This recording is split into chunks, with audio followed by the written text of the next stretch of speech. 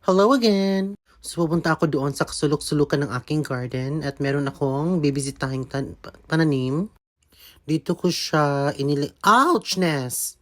Ang sakit ha! Meron kasi akong tanim dito na maraming tinek. Ito siya. Pag meron kayo nito, um, mag-ingat po kayo kasi nakakatsorva talaga siya. Well, anyway, ito na po siya. Kumusta ka na dyan? Hello po! Ito po palang aking Philodendron siluanum or Philodendron silum or tinatawag din po siyang sahod yaman. Diba? Ang ganda po niya. See? Pero ngayon, na-change na po ang name niya into Thamatophyllum bipinnatifidum. Ito na po yung bagong pangalan po niya.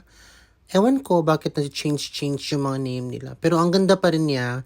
Lumalaki ito ng pagkalaki-laki talaga as in. At nabili ko lang ito ng super small. Yung baby pa talaga siya at okay naman yung growth po niya dito. Lumaki naman siya, 'di ba? Pero ang mahal nito dati, nakakaloka. Pero madali lang siyang nag-depreciate ang value kasi ang dami na talagang nag-propagate ng plant na ito. At sabi rin nila, nakakapagpayaman po itong plant na ito. So, hello, excuse me. Nasaan na po ang kayamanan ko? Ang tagal ha, kakaloka. So, 'di ba?